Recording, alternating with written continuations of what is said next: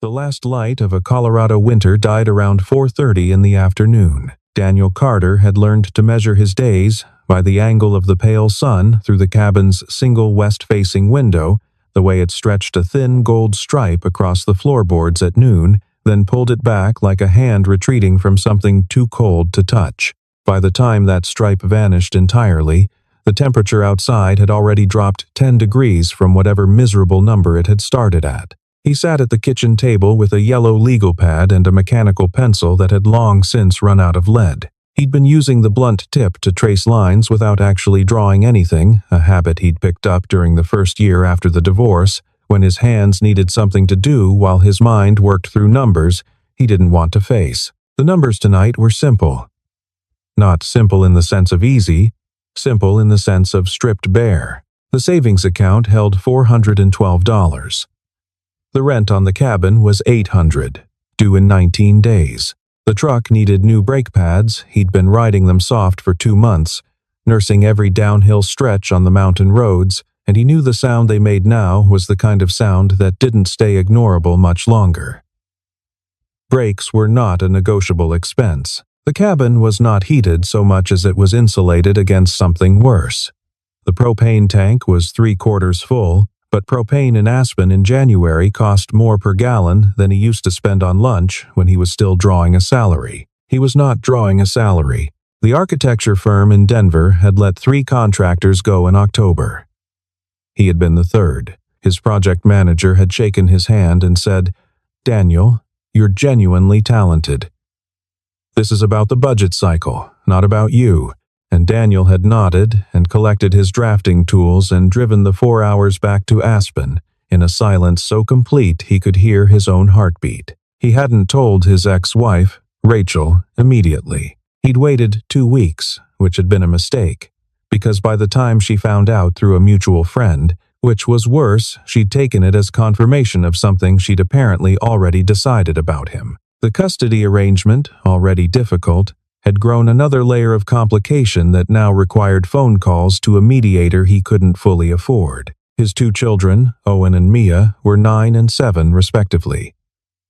They lived in Seattle with Rachel and her new husband. Daniel saw them for 3 weeks in the summer and alternating holidays, a schedule that looked reasonable on paper and felt like a slowly healing wound in practice.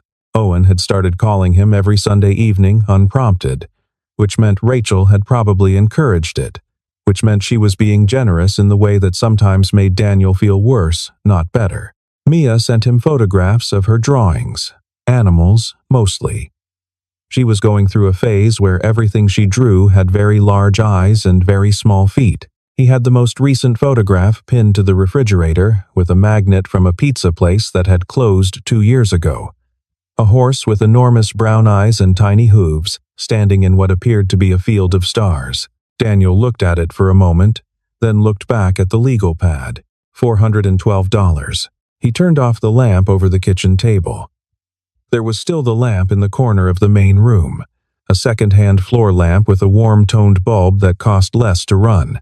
He moved to the armchair beside it with a paperback novel he'd found in the free bin outside the library. A thriller from 15 years ago, well-worn, with the name Patricia written inside the front cover in a careful cursive hand. He'd read the first 40 pages twice now without retaining much. The story had a detective and a missing woman and a seaside town in Maine.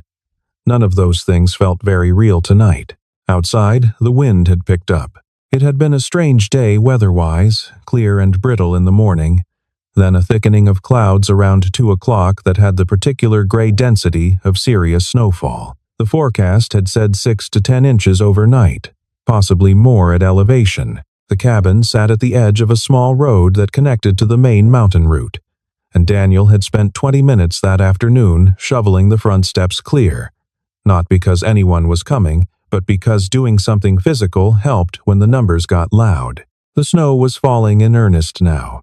He could hear it, not a sound exactly, but a presence, the way a heavy snow absorbed all the ambient noise of the world and left something softer and stranger in its place. The wind moved through the pine trees at the edge of the property in long, low surges that rattled the window glass. Daniel set the thriller face down on the arm of the chair.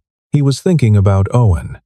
Owen had asked on Sunday whether Daniel would be able to make it to his school's spring performance in March, a production of The Wizard of Oz in which Owen had been cast with what Daniel understood to be considerable pride as a flying monkey. Daniel had said, "I'll do everything I can, buddy," which was the honest answer and also the answer he most hated giving because it translated in a 9-year-old's ears as "probably not," and they both knew it. Seattle was a 1,200-mile drive.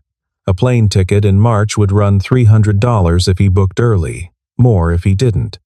$300 was most of what he had. By March, there would either be more money or there wouldn't, and he didn't know yet which way that was going to fall. He had 6 or 7 feelers out emails to former colleagues, a submission to an architectural design competition with a cash prize, a meeting scheduled for the following week with a small firm in Grand Junction that did residential work and had recently posted an opening. The Grand Junction firm was promising.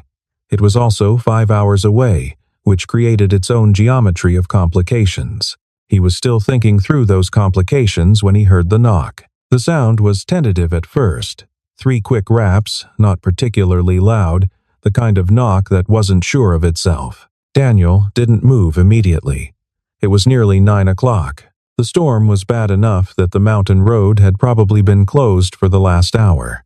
There was a gate at the lower junction that the county put down in serious weather, and tonight had qualifying weather. The thought that occurred to him first was the propane company, but the propane company didn't do emergency deliveries at 9 at night in a blizzard, and he hadn't called them anyway. The knock came again, slightly more urgent.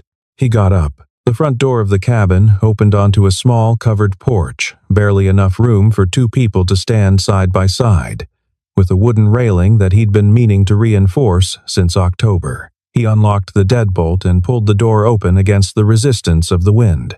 2 girls stood on the porch. His first impression was the cold coming off them, not the cold of people who had been outside for a few minutes, but the deep, settled cold of people who had been outside for a long time. Their breath came in visible puffs. The older-looking of the 2, though they appeared nearly identical, had her arms wrapped around herself, her shoulders drawn up toward her ears. The other one was slightly behind her, one hand resting on the porch railing. They were young, 17, maybe 18. Their jackets, Daniel noticed this even in that first moment, were expensive. The kind of expensive that was subtle about itself. Clean lines. No visible logos. The particular sheen of materials that cost serious money. Both jackets were soaked with snow, the fabric darkening at the shoulders and arms. "I'm sorry to bother you," the first one said. Her voice was steady, which surprised him. "Our car broke down on the road about a quarter-mile back. We've been trying to get a tow truck, but there's no signal, and we're not sure the road is even open." "It's not," Daniel said. "They close the gate at the junction when it gets this bad." The girl nodded, as though this confirmed something. "We went to 3 other houses first." No one answered. He looked past them at the road.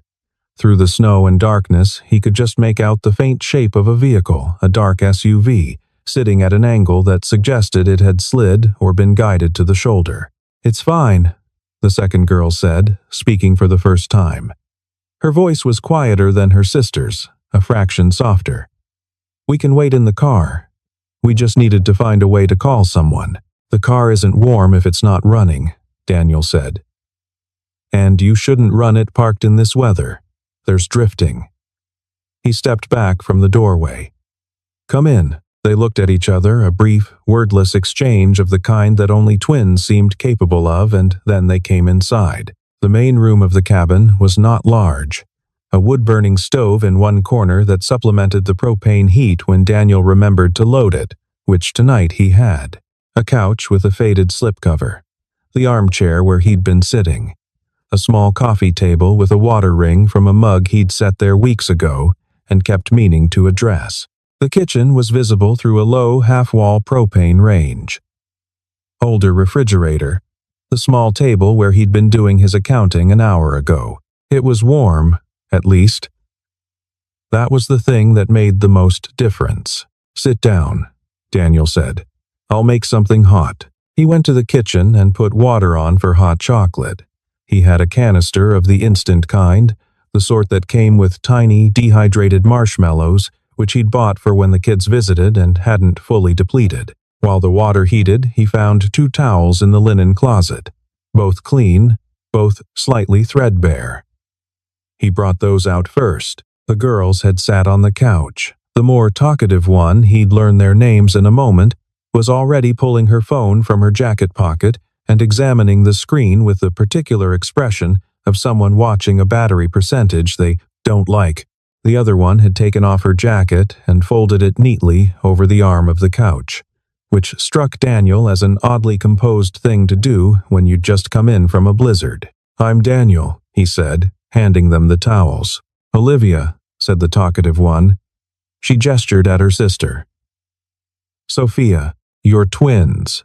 Most people figure that out faster," Sophia said, and there was the briefest suggestion of a smile at the corner of her mouth. "I was being polite," Daniel said, giving it a moment. He went back for the hot chocolate, poured it into 2 mismatched mugs, one with a fishing lure logo from a sporting goods store, one that said "World's Okayest Golfer," that he'd received as a gag gift and never threw away, and brought them out. The girls accepted them with genuine gratitude, both hands wrapped around the ceramic, shoulders dropping slightly as the warmth transferred. "Thank you," Olivia said. We weren't sure what to do. You said you went to 3 other houses," Daniel said. He'd settled into the armchair, which felt slightly strange, like he was conducting an interview while they sat on the couch. He moved to the other end of the couch instead, leaving a comfortable distance. "We knocked. No one came to the door." She paused. "Or they looked out the window and didn't." Daniel didn't say anything to that. "You didn't look out the window first," Sophia observed. She was watching him with an attentiveness that seemed older than 17. "I heard 2 knocks," Daniel said. "Didn't sound dangerous." "That's either very trusting or very cavalier," Olivia said. "Bit of both, probably." He looked toward the front door. "Do you need me to try calling a tow truck?" "I've got service on my phone. It's just weak. If you could try, yes." But Olivia glanced at the window, where the snow was coming down with an intensity that was now almost theatrical. "Even if you reach someone, they're not going to come out in this tonight, are they?" "Probably not," Daniel admitted. "Then we might need to ask, and I'm sorry for this. I know it's an imposition if we could stay until the road clears." He looked at them both. They looked back at him. There was something careful in the way they were waiting, not anxious exactly, but attentive. The way people are when they understand that the answer is genuinely uncertain. "You can stay," he said. "There's a spare room. It's not much, but it's got a bed and 2 blankets." Olivia let out a breath. "Thank you." "Genuinely, it's a bad night to be outside," Daniel said simply. Anyone would do the same. Neither of them said anything to that, which he didn't think much about at the time. The spare room was, as promised, not much: a twin bed with a metal frame, a small dresser, a window that faced the pine trees rather than the road. He brought a second blanket from the closet and made up the bed as best he could while Olivia and Sophia stood in the doorway and insisted, with polite firmness, that he didn't need to do that, and he ignored them the way you ignore anyone who says that, because of course you need to do that. He tried the tow truck number while they settled in. Got a recorded message saying that due to road conditions, service to upper elevation addresses was suspended until further notice. He texted the number anyway and told them there was a vehicle on the mountain road near mile marker 11. Then he went back to the main room, stoked the wood stove, and was reading his thriller for the 3rd unsuccessful time when Olivia appeared from the hallway. "I can't sleep," she said. "Sorry. Do you mind?" "I wasn't sleeping either." She sat on the couch. A minute later, Sophia appeared as well, and without discussion they both ended up in the main room, the wood stove putting out steady heat, the storm pressing against the glass. The conversation started the way conversations do, when you're stuck somewhere unexpected with strangers carefully, in short exchanges, testing whether the other person was actually interested in talking or just being polite. Daniel asked them where they were from. "Denver," Olivia said, though the slight pause before she said it was barely perceptible. He asked what they were doing in Aspen in January. Visiting a friend, Sophia said. A school friend whose family had a house here. He asked what school they went to, and they named a boarding school in Connecticut that he'd heard of, one of those schools that appeared on lists. The kind with an endowment that would fund a small country. What about you? Olivia asked. Have you been here long? About 1.5 years, Daniel said. I'm an architect. Was working down in Denver. Moved up here after he stopped. After some things changed. After the divorce, Sophia said. Not unkindly. Just directly. He looked at her. I didn't say that. You said, after some things changed in the way people say it when they mean the divorce, she said, and you live alone in a cabin that has a child's drawing on the refrigerator and no signs of anyone else living here. Daniel was quiet for a moment. You're observant. It's a habit, Sophia said. How old are your kids? Olivia asked. 9 and 7. Owen and Mia. They're in Seattle with their mother. He told them about Owen and the flying monkey costume. He told them about Mia's drawings. The enormous-eyed horse was still on the refrigerator, and he went and got it to show them, which he hadn't planned to do and couldn't entirely explain. Olivia said it was wonderful and seemed to mean it. Sophia held it carefully by the edge and studied it for a long moment, and then said, she made the hooves small because hooves are hard to draw, which was the most specific and probably most accurate thing anyone had said about the drawing. She'd like that explanation, Daniel said. He made more hot chocolate. Not because anyone asked, but because it was something to do with his hands. Standing at the stove, he told them about the architecture work, not the failure of it, but the parts he'd loved. The way a good building had logic in it, the way a good argument had logic, each element earning its place. The way light changed a space depending on where you put the windows and what direction they faced. The project he was most proud of had been a library expansion in Fort Collins, a low building with a reading room that faced north and caught the particular flat quality of winter light. The kind of light that made a room feel like a held breath. That sounds beautiful, Olivia said. She was sitting cross-legged on the couch, her mug held in both hands. It was, Daniel said. That job was why I went into residential work. I wanted to do more of it. Smaller scale, more direct. You design someone's house. You're designing the space they actually live in, where they have breakfast, where their kids do their homework. He paused. I got pulled toward commercial work because that's where the money was. I should have stayed with residential. You could still, Sophia said. Could still what? Do residential work.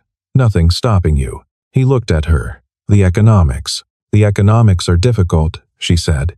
That's different from impossible. The fire in the stove clicked and settled. Outside, the wind had dropped slightly. The storm wasn't over, but it had moved past its most aggressive phase. Do you always say what you're thinking? Daniel asked. Sophia considered this. Usually. Is that a problem? No, he said. Actually, no. They talked for another hour. Not about difficult things, or rather, the difficult things came out in the middle of ordinary things, which was when they were most bearable. They talked about books. Olivia was reading a biography of a 19th-century botanist who had catalogued plants in the Amazon. And Daniel had a vague memory of a television documentary on the same subject. They talked about the specific quality of Aspen's silence after a heavy snow, which Sophia said was different from the silence in other places she'd been heavier, she said. Like the air itself weighs more. At some point, Daniel realized it was past midnight and that his shoulders had unclenched somewhere in the previous hour, which was not a thing that had been happening much lately. You should try to sleep, he said. Olivia smiled. So should you. I will. You won't, Sophia said. You'll sit here and think about the brake pads. Daniel stared at her. How do you know about you mentioned them earlier. When you were explaining why you shoveled the steps, you said something about practical maintenance in the tone of someone who has deferred too much practical maintenance. He sat with that for a moment, then laughed an actual laugh. Quiet but genuine, the kind that surprised him a little. Get some sleep, he said. They did. He thought about it later. picking through the evening the way you pick through something that doesn't sit quite right. The jackets had been from a brand he'd recognized it without fully placing it, and when he looked it up the following morning out of idle curiosity, he found that the company made outerwear starting at $600 and going considerably higher. Not impossible for teenagers from well-off families, but noticeable. Sophia had said something in passing about whenever we've flown into Aspen before, and then smoothly redirected the sentence into something about airport accessibility. The reframe had been so natural he'd almost missed it. Almost. The way they carried themselves was hard to articulate exactly, but it was there, a kind of ease with their own space, a comfort with being in an unfamiliar environment without needing it to immediately become familiar. Not rudeness, the opposite of rudeness. A settled quality, like people who had never needed to wonder whether they were allowed to be somewhere. Their boarding school was not a school you enrolled in because your parents had done reasonably well. It was a school you enrolled in because your parents had done extraordinarily well, and then enrolled you in a pipeline that began at 15 and ended, eventually, at the doors of institutions that also appeared on lists. Daniel sat with his coffee the next morning and thought about what exactly to make of this. He decided, mostly, not to make anything of it. They had needed help. He had helped. Whatever the circumstances that had led them to his door, those were their circumstances to explain or not explain as they chose.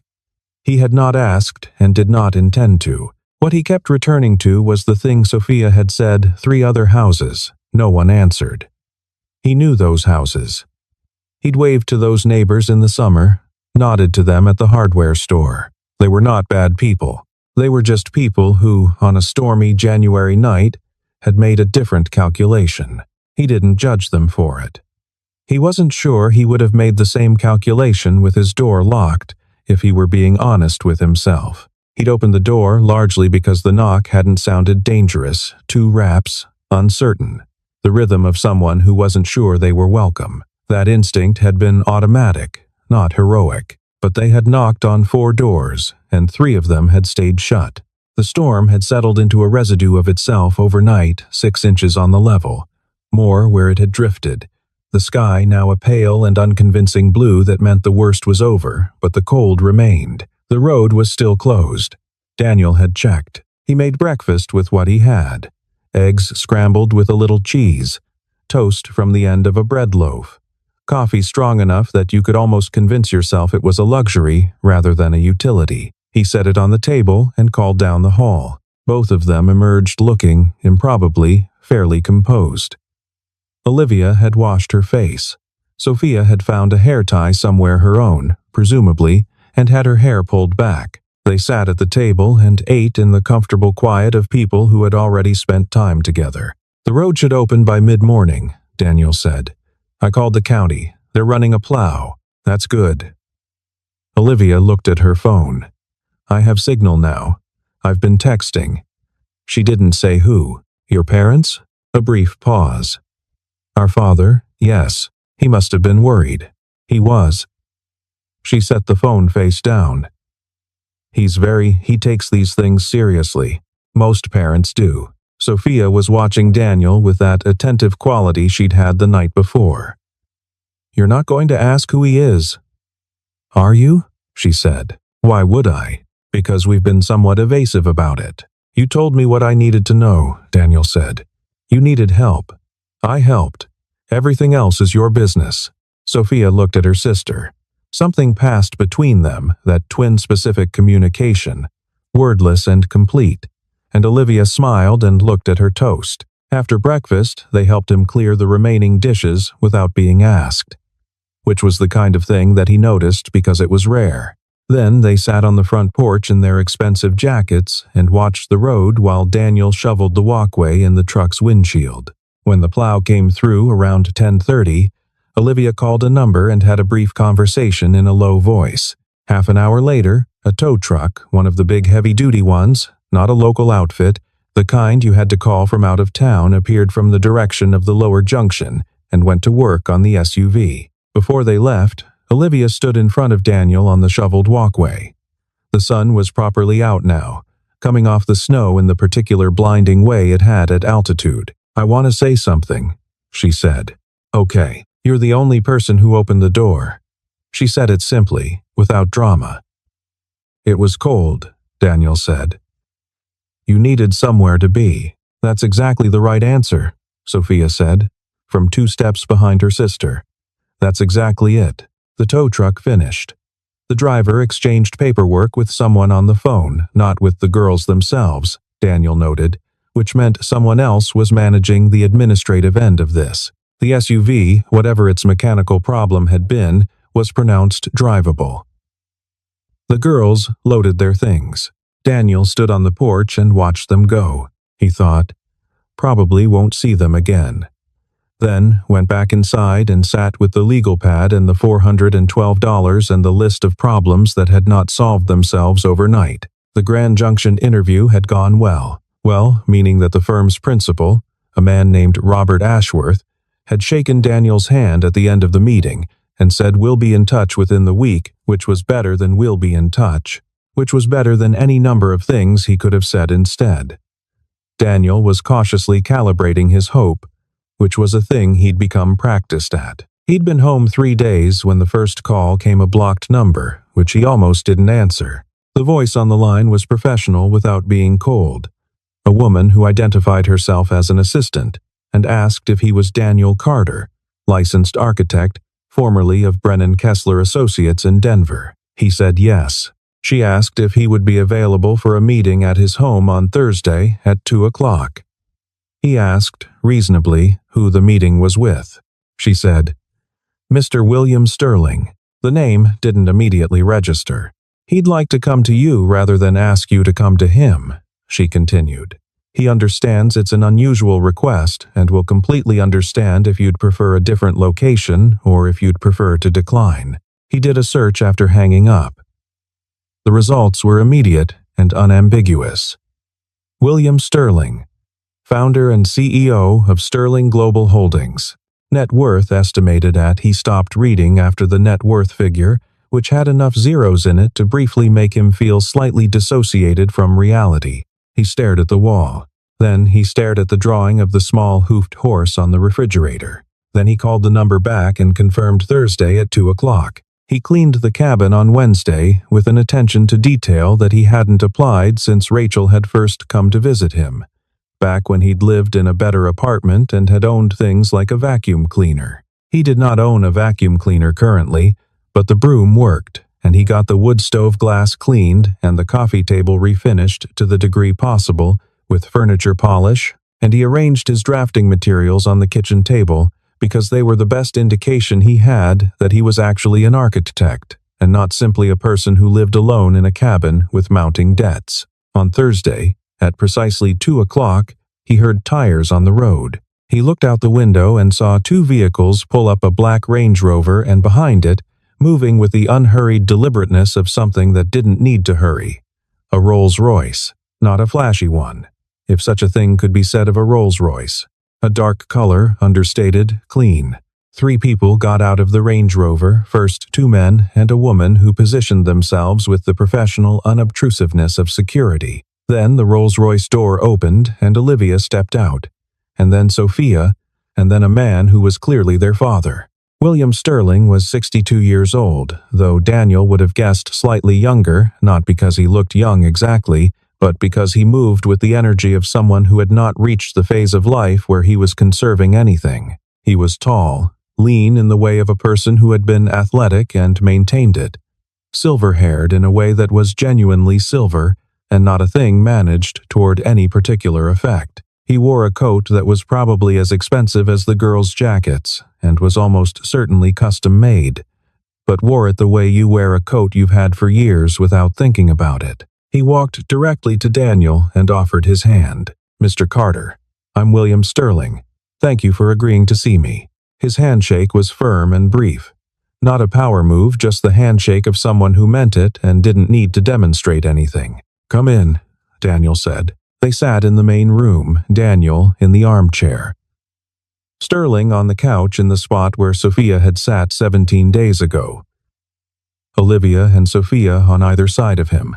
The security team remained outside, a fact that no one acknowledged. William Sterling looked around the room without any particular expression. Not assessment, not judgment, just looking. "My daughters told me about the night they were here," he said, in considerable detail. "I hope they got home all right," Daniel said. They did. The car needed a new alternator, which was replaceable. A brief pause. "They also told me about the 3 houses before yours. It was a bad night." "People keep to themselves." "People do," Sterling agreed. "But they knocked on 4 doors, and yours was the only one that opened. That tells you something about the person behind it." Daniel wasn't sure what to say to that, so he said nothing. Sterling continued. "I've done some research on your background, Mr. Carter. I want to be transparent about that. Your work at Brennan Kessler, and before that at your own small firm in Boulder, particularly the Fort Collins Library project, which was genuinely excellent work." Daniel felt something tighten slightly in his chest. The library. He hadn't thought anyone outside of Fort Collins paid attention to it. "I have a project," Sterling said. "A resort development in the San Juan Mountains. Mixed-use residential units, a lodge, some shared facilities. It's a significant build, and I've been looking for an architect who understands mountain environments and has a particular sense of how buildings should relate to the landscape they're in." He paused. "Your library does that. The way the reading room sits in its orientation to the mountain view, it's not performative. It's earned." Daniel looked at him. "I want to offer you the position of senior architect on the project," Sterling said. "The contract would be 18 months initially, with the expectation of extension. The compensation is competitive. My office can send you the detailed package. You would have creative control over the architectural vision, working with an interior team and a landscape consultant who I think you'd work well with." The room was quiet. Outside, through the window, the snow on the pine trees caught the afternoon light. The small hoofed horse was still on the refrigerator. Daniel could see it from where he sat. "I want to ask you something," Daniel said. "Please." "Was it a test? The night your daughters came here?" Sterling's expression shifted, not quite surprise, but a recognition. He glanced at Olivia, then back at Daniel. "That's a reasonable thing to wonder," he said. "The truthful answer is, not in the way you might mean. My daughters were genuinely stranded.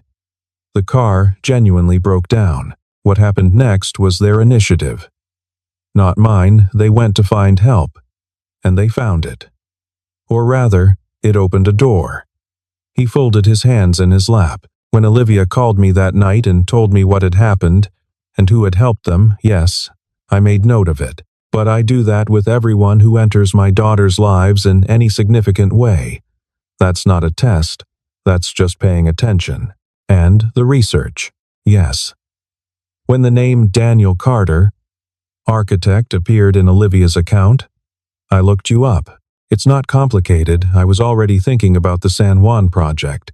I've been thinking about it for 8 months, and I hadn't found the right person. Then I found a portfolio that made sense to me, and a person my daughters described as opening his door in a blizzard because the knock didn't sound dangerous." Sterling allowed something close to a smile. "That combination is, in my experience, fairly uncommon." Daniel was quiet for a moment. "And if the knock had sounded dangerous and I'd left them outside, then we wouldn't be having this conversation," Sterling said simply. After they'd gone through the details, the project timeline, the location, the proposed compensation, the logistics of travel and accommodation, after all of that, when Sterling was reaching for his coat, Olivia said, "There's something else." Sterling settled back. Olivia looked at Daniel with the directness that she'd had since the first night, the quality that he'd recognized as something other than teenage confidence, something more like the ability to say difficult things without flinching from them. "We told him about Owen and Mia," she said, "about the custody situation, about Seattle." Daniel felt a careful stillness.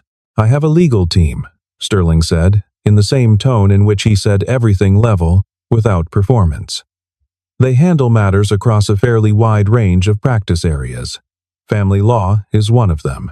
I'd like to offer you access to that team, at no cost to you, to review your custody arrangement and identify whether there are adjustments worth pursuing."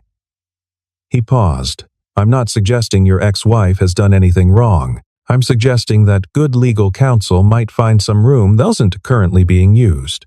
Daniel looked at the floor for a moment. The knot in the center of his chest, the one that had been there so long he'd stopped noticing it as anything other than background, pulled tighter and then, strangely, released slightly. "I don't need charity," he said.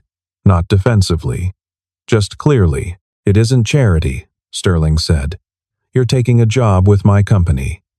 Access to company legal resources for a personal matter is a standard part of compensation packages at a certain level of employment." He tilted his head slightly.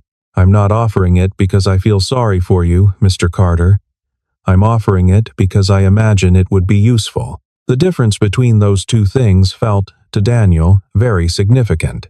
"Why are you doing all of this?" he asked. Sterling was quiet for a long moment.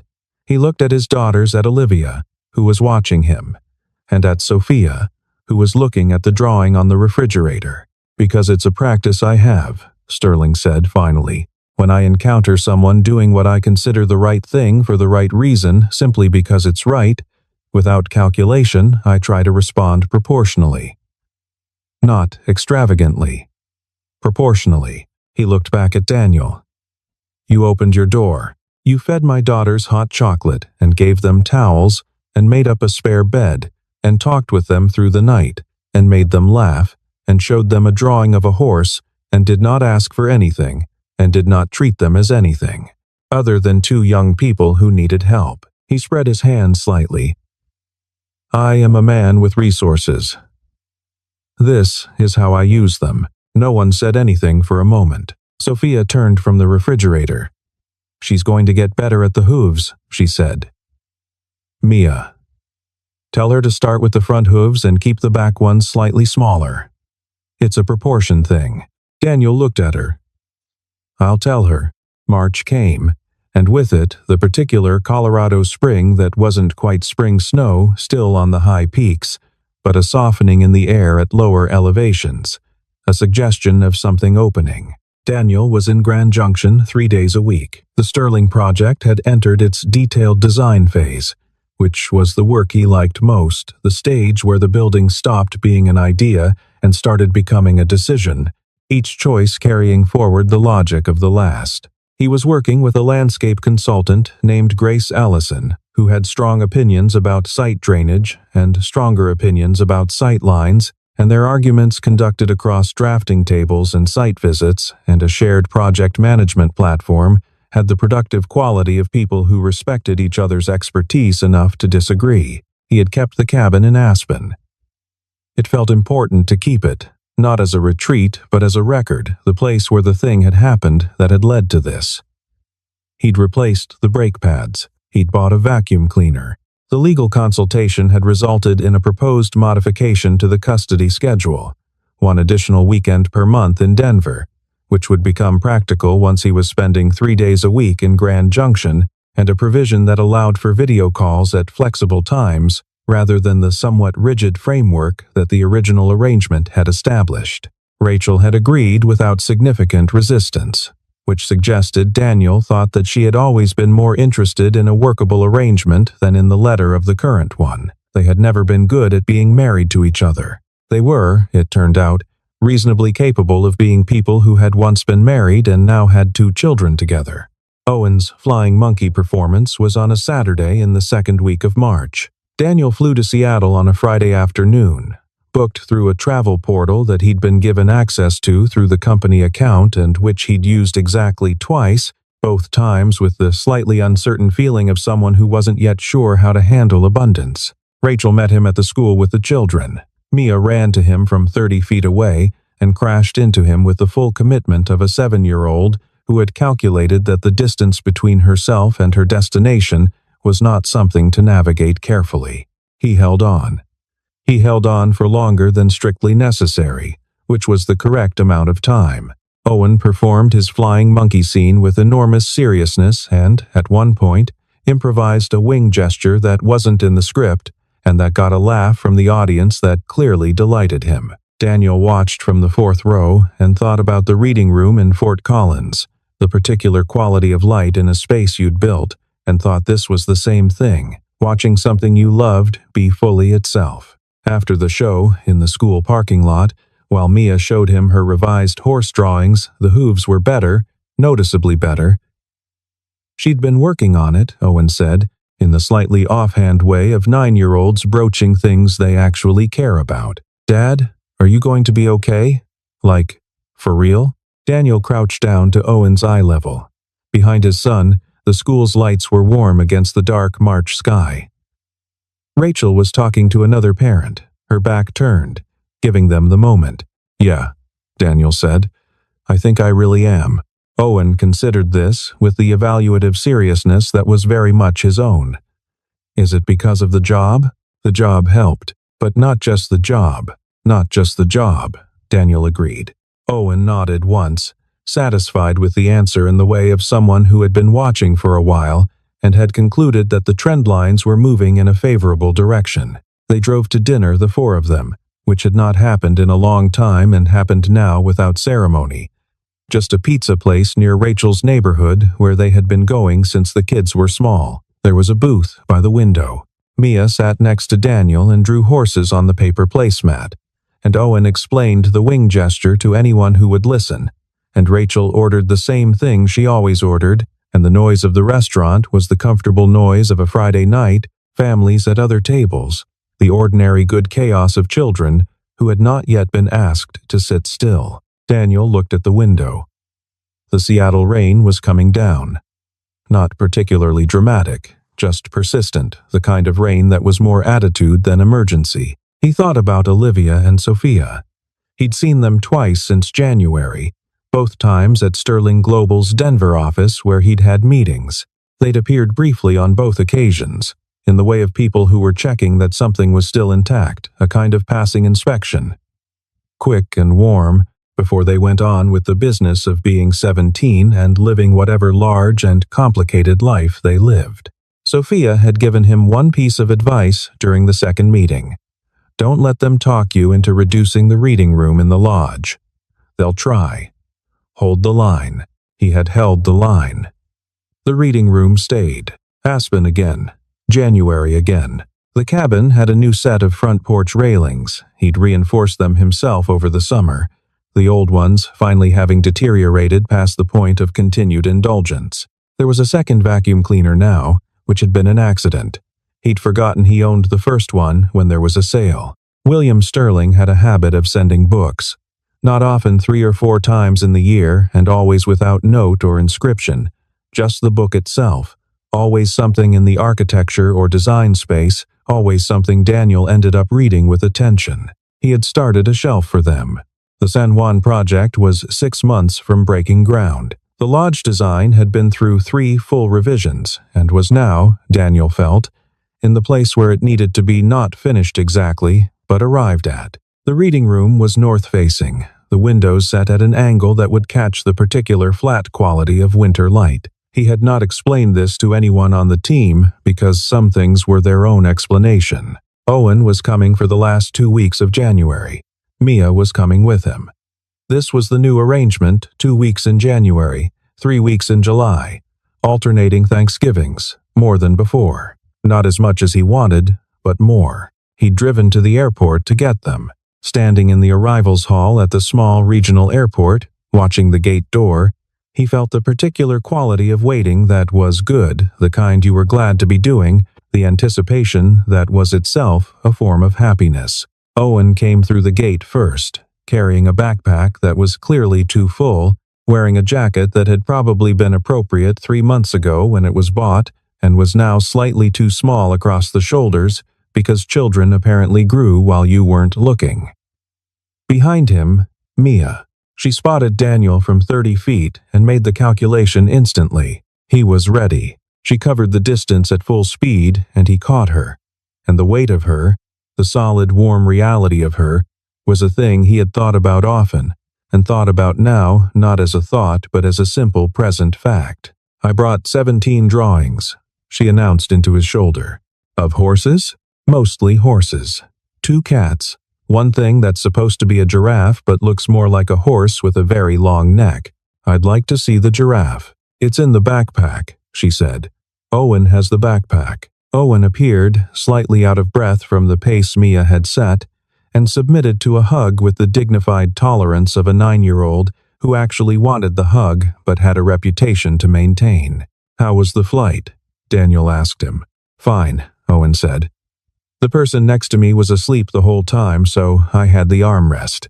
That's the best kind of flight. They walked to the truck in the airport's short-term lot, the kids arguing about something peripheral and not particularly important, who had eaten the better snack on the plane, while Daniel carried Mia's bag and Owen carried his own, and the Colorado January air came in clean and sharp off the mountains. He thought, briefly, of a snowy porch and 2 girls in expensive jackets and 3 closed doors on a cold street. He thought of a blunt pencil tracing lines on a legal pad. He thought of a reading room in Fort Collins, and the quality of winter light through a north-facing window, and a small hoofed horse with enormous brown eyes standing in a field of stars. The mountains were visible from the parking lot. They were always visible from the parking lot. The particular way Aspen was situated meant you were almost never not in sight of them. White and complete and very large against the pale sky. Mia took his hand as they reached the truck. Are we going to the cabin? She asked. Yeah, Daniel said. We're going home. He unlocked the truck. The kids climbed in. The engine started on the first turn. It did that now, reliably, with the new battery he'd put in back in October. Small things. The ongoing project of keeping a life in repair, of showing up for the maintenance before it became an emergency. He was getting better at that. He pulled out of the lot and onto the mountain road. Snow on the high peaks, a clear sky, the long straight stretch of highway ahead. Outside. Cold. Very cold, in the particular honest way of Colorado January. Inside, warm. He passed the spot on the mountain road mile marker 11 without slowing.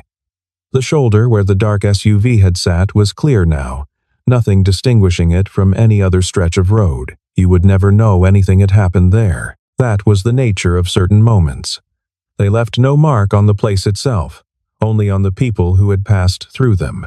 Owen had fallen asleep against the window by the time they reached the lower section of the mountain road. Mia was still awake, watching the trees go by, the dark pine shapes moving past the glass at a rhythm that was almost like breathing. Dad, she said. Yeah, did you miss us? He kept his eyes on the road. The headlights picked out the white edges of the lane markers, the guardrail on the drop side, the particular intimate tunnel of nighttime mountain driving. Every single day, he said. She seemed to find this satisfactory. She turned back to the window. The cabin appeared around the last bend, the porch light on, which he'd left running. The warm rectangle of the living room window visible through the pine branches. From the road, it looked like what it was.